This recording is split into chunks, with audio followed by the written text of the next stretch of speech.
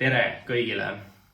Täna räägin Bimfluence'is teemast BIM on kallis. Vesteldes sektori osapooltega tihtilugu kuulen seda juttu, et BIM on lihtsalt kallis. Olen siis natuke uurinud, et millest selline seisukoht. Kui me nüüd võtame projekteerimise hinna, siis projekteerimine BIM-is 3D mudelis on kallim. Lisaks on tarvis mingisuguseid tarkvarasid, millega neid BIM-mudeleid siis hiljem lugeda. Ja need lihtsalt on kallimad kui senises 2D töövoos. Ja BIM-spetsialistina olen sellega täitsa nõus. Jah, see tõesti tõenäoliselt nii on. Aga seepeale olen tihti üritanud ka uurida, et okei, me maksamegi selle mudeli eest rohkem, aga kuidas moodi te seda mudelit oma igapäevatöös kasutate?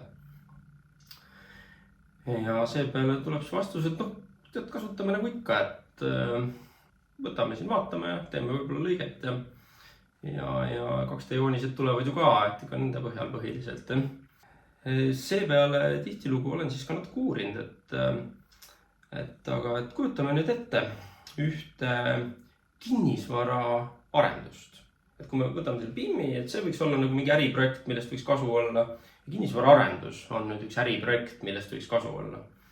Kui me võtame kinnisvara arenduses, ja kusjuures me teame, et kinnisvara arenduses Excel peab naeratama, muidu pole mõtet teha.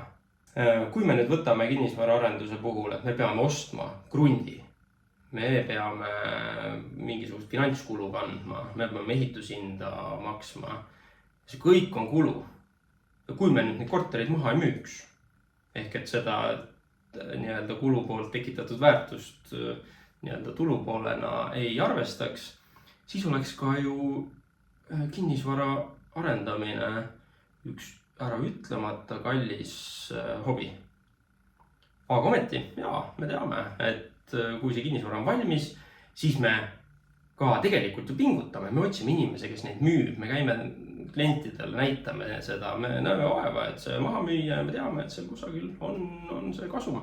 Kui nüüd see sama asi tuua tagasi BIM-i vaatesse, siis uurides, et mis nagu kasu te siis saaksite või ootaksite sealt, siis päris tihti selgub, et justkui nagu vaadatakse ainult seda kulu poolt ja seda tulu poolt, tõsi, seda on raske hinnata, sellepärast et see võib-olla ongi mingisugused ajakulud ja mingisugused asjad, mida meil on väga keeruline mõõta.